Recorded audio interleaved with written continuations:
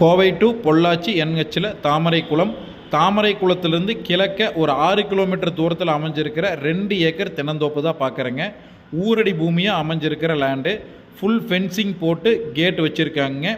இந்த லேண்டுக்கு வந்து பார்த்துட்டிங்க அப்படின்னா உங்களுக்கு பஸ் வசதியுமே ரொம்ப சூப்பராக இருக்கும். பொள்ளாச்சியிலேருந்து வர்றவங்களுக்கும் கோயம்புத்தூர்லேருந்து வர்றவங்களுக்கும் பஸ் வசதி இருக்குதுங்க. உள்ள தங்குற அளவுக்கு சின்னதாக ஒரு ஓட்டு வீடு இருக்குது. பாத்ரூம் வசதியோடு இருக்குதுங்க. இந்த வீட்டுக்கு வந்து பார்த்துட்டிங்கன்னா தனியாக ஒரு இபி இருக்குது.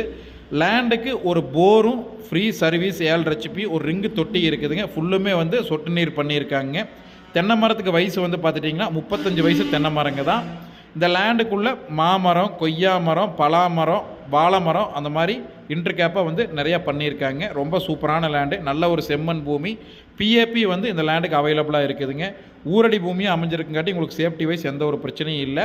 இந்த லேண்டு பிடிச்சிருந்தது அப்படின்னா ஸ்க்ரீனில் தெரிய நம்பருக்கு கால் பண்ணுங்கள். தேங்க்யூ.